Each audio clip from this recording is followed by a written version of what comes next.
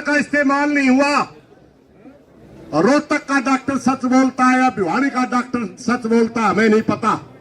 अब जो एक दुनिया में पहले तरफ का सुसाइड है भाई, इस तरफ दूसरा सुसाइड दुनिया में हमने नहीं देखा कि कोई सुसाइड करने वाला पहले अपना गला काटता है, 85% गला काट दिया, फिर अपने ऊपर तबरजान डालता है, फिर अपनी आंखें फोड़ता है, फिर अपने अंगों को अक्षित विक्षित करता है और उसके बाद बाकायदा बहुत बड़ी अंग्रेजी में सुसाइड लिखता है। क्या लिख के दिखा देगा ये नायब सैनी? लेकिन एक दो बुजुर्ग भी सियाड़ा मनस भी आवे। हमारी प्रार्थना सिर्फ उनसे दो ही बात पूछने की है, वह घना लंबा चौड़ा काम को नहीं, कभी नहीं सोचा उसके ऊपर खर्चा डालेंगे। बैठ जाओ भाई, बैठ जाओ भाई, भाई जी बैठे। हम सिर्फ गांव के लोगों से दो ही बात पूछेंगे, ज्यादा कोई लंबा चौड़ी बात नहीं है। कभी डरका न्यू नहीं आवा भाई, हरियाणा के लोग गांव के लोगों को बुला रहे हैं, आपके ऊपर बहुत बड़ी जिम्मेवारी डालेंगे, बहुत बड़ा खर्चा वहन करना पड़ेगा, ये बातें नहीं है। सिर्फ दो बात पूछनी है भाई। जो कल घटना हुई, जो प्रशासन हमारी बेटी को आत्महत्या मानता है, क्या गांव आत्महत्या मानता है या हत्या मानता है, ये बता दे गांव। काम की बात है यार, तेरे बोल मेरे बोलने के लिए। दूसरी बात सिर्फ हम ये पूछना चाहेंगे कि अगर पूरा हरियाणा यह आंदोलन लड़े तो गांव को कोई आपत्ति तो नहीं है, गांव को की कोई नाराजगी तो नहीं है, सिर्फ यही बात है भाई।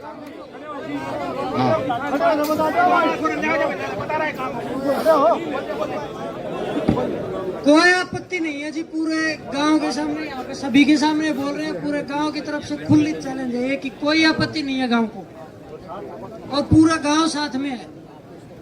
और कुछ जी ठीक है, बैठ जाओ, कोई मौजूद आदमी और आ जाएगा फिर उसके लिए बात कर ला, क्योंकि इस किस्म के मोहल्लों में कुछ मौजूद आदमी। सरपंच ने बोल जी, गांव के सरपंच। हाँ, मैं जानता हूँ इसको, मैं यूं न जाना, मैं इसने जाना। बैठिए सरपंच ने बोलो है। एक मिनट बैठने देना आपको, पानी पास दे। एक मिनट सुनियो भाई, आराइन बालका ने एक मिनट साइड में दो, एक बात करना चाहूंगा मैं जनता के। आंदोलन की दोबारा से शुरुआत है भाई, समझ गए ना? और आंदोलनों की ये डिमांड होती है कि जहां से आंदोलन बिगड़ना शुरू हो वहीं से हम आंदोलन को बढ़ाने की शुरुआत करें। सबसे पहले पूरी पंचायत के सामने मैं दो चार बातें रखूंगा भाई, और आप पूरे होश हवास में बताना। न्यू नहीं कि भाई एक ने हाथ खड़ा कर दिया, दूसरे ने भी हाथ खड़ा कर दिया, तीसरे ने भी, समझ में नहीं आवा तो नाट भी सको। कल जो प्रशासन की तरफ से बयान आया, क्या ये पंचायत उस बयान को जायज मानती है, नाजायज मानती है?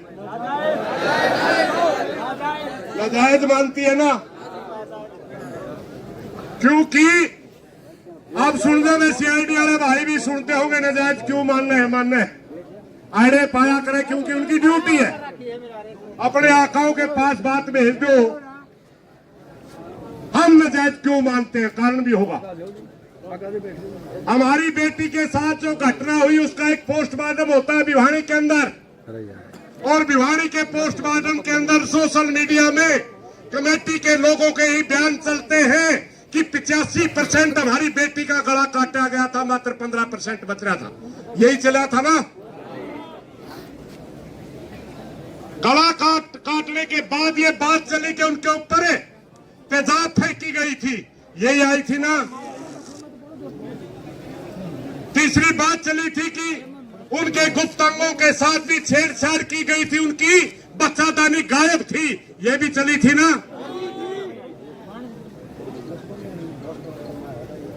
अब जो एक दुनिया में पहले तरफ का सुसाइड है भाई, इस तरफ दूसरा सुसाइड दुनिया में हमने नहीं देखा कि कोई सुसाइड करने वाला पहले अपना गला काटता है, 85% गला काट दिया, फिर अपने ऊपर तबरजान डालता है, फिर अपनी आंखें फोड़ता है, फिर अपने अंगों को अक्षित विक्षित करता है, और उसके बाद बाकायदा बहुत बढ़िया अंग्रेजी में सोसाइटी लिखता है। क्या लिख के दिखा देगा ये नायब सैनी?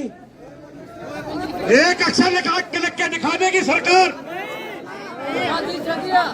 ये सवाल बनता है, नहीं बनता हो तो बताइए। ये सवाल का जवाब चाहिए हमें। इस सवाल का जवाब चाहिए कि ये पहले आपने झूठ बोली या बाद में आपने झूठ बोली। दूसरी बात सुन लो भाई, कमेटी ने कहा, पहली बात कमेटी ने कहा, दूसरी बात भी कमेटी ने करी। तीसरा एक बयान आया भाई, डॉक्टर का बयान आ रहा है रोहतक से, पीजीआई से डॉक्टर मित्तल का बयान आ रहा है। डॉक्टर मित्तल ये कहता है कि इनके साथ इनके किसी भी अंग में सीमन नहीं पाए गए, बलात्कार नहीं हुआ। भिवानी का डॉक्टर सच बोलता है या रोहतक का सच बोलता है हमें नहीं पता। इनकी डेड बॉडी को आवारा पशुओं ने खाया है, तेजधार हथियार का इस्तेमाल नहीं हुआ। रोहतक का डॉक्टर सच बोलता है या भिवानी का डॉक्टर सच बोलता है हमें नहीं पता, मगर हमें जवाब चाहिए। और उस डॉक्टर मित्तल की असलियत बताओ नहीं। एमडीयू यूनिवर्सिटी के अंदर आज कार्यकारी वीसी बैठे है, परमानेंट वीसी नहीं है। 2 वीसीओ का नाम चल रहा है जो बैडोक पे फिलहाल बैठे हैं, वो और एक डॉक्टर मित्तल। हमारी बेटी का गलत मेडिकल रिपोर्ट देके डॉक्टर मित्तल को अगर वीसी की कुर्सी मिल जाए तो हमारी बेटी को न्याय तो नहीं मिला भाई। ये भी हमारे दिलों में सवाल है, क्या कहीं अपनी कुर्सी के लिए अपना जमीर तो नहीं बेच दिया? हम उस डॉक्टर मित्तल से ही सवाल करते हैं। दूसरी बात, मैं एक बात और पूछना चाहता हूं, भरी पंचायत में आप सहमत हो तो बताइए। प्रदेश का मुख्यमंत्री प्रदेश की जनता का गार्डियन होता है, उसका दर्जा प्रदेश की जनता के लिए पिता के समान होता है। हमारा यह आंदोलन 7 और 8 दिन से चल रहा है। हम जवाब मांग रहे हैं कि हमारी बेटी का कातिल कौन है, हमारी बेटी के साथ ये बर्बरता किसने की है। प्रदेश के मुख्यमंत्री का बयान नहीं आया। प्रदेश उस पार्टी का, जिस पार्टी का शासन है, उस पार्टी का प्रदेश अध्यक्ष कहता है कि मुलजिम पकड़े जा चुके हैं। मोहनलाल बड़ोली जी बताए वो मुलजिम कौन है, बताए तो सही। प्रदेश अध्यक्ष आप उस पार्टी के, बताइए कौन है। आप झूठ बोल रहे हैं या आपके अधिकारी झूठ बोल रहे हैं।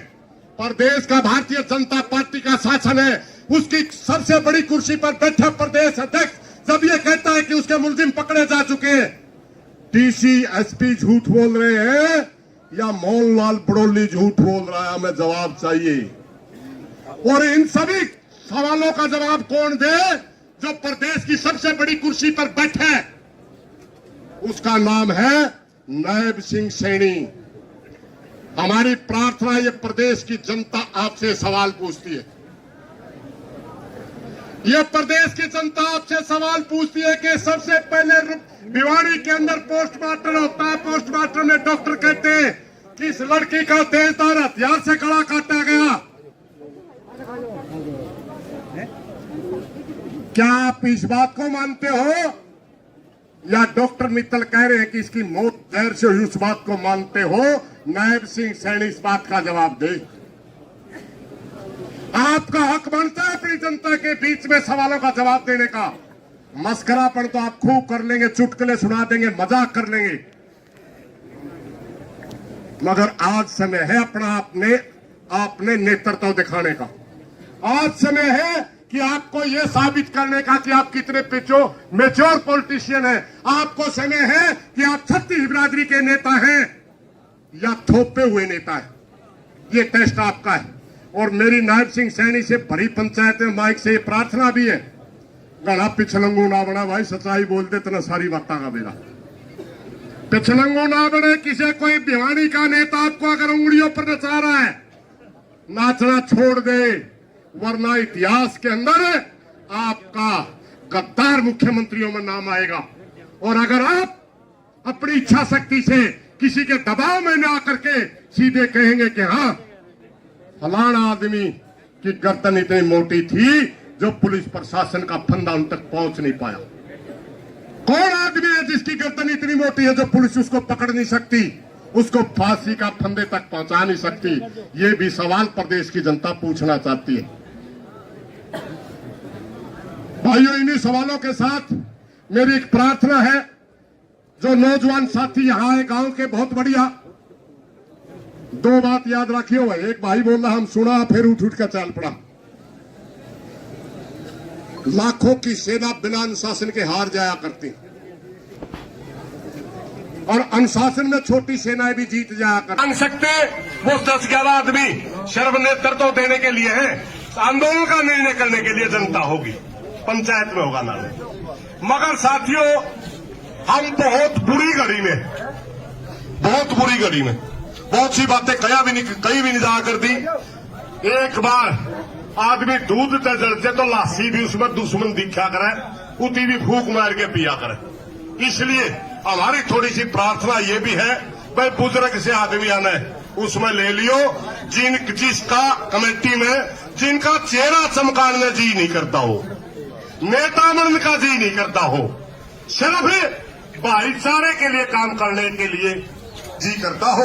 ये नहीं मैं तड़का सोशल मीडिया बयान दे दिया, हाँ तेरे 5 लाख पे वीडियो गई, अगले दिन और उल्टा काम, तीसरे दिन और उल्टा काम, और जब वो शिखर में चला जावे, जब वो नोटिस में आ जाए पूरी सरकार का, तब एक छोटा सा अफसर फोन करे तो निचला कुंदरंदा है, तो के बन गया अपना आप में, फिर वो एक केवड़ा इंस्पेक्टर की दाब नहीं उठे। वो आदमी लिया जो साथ जवाब ये दे कि मैं कुछ नहीं, भाईचारा करेगा जो करेगा, व्यक्ति कुछ नहीं है, भाईचारा करेगा जो करेगा। इस किस्म के लोगों के कमेटी बनाओ मेरे साथियों। मेरी हाथ जोड़ करके प्रार्थना है, हम पूरा हरियाणा उसका तन मन धन से साथ देंगे, जितने दिन तक हमारी बेटी को न्याय नहीं मिलता, हमारे सवालों का जवाब नहीं मिलता। भाषणबाजी का थोड़ा टेम को नहीं, सवाल इतने ऊपर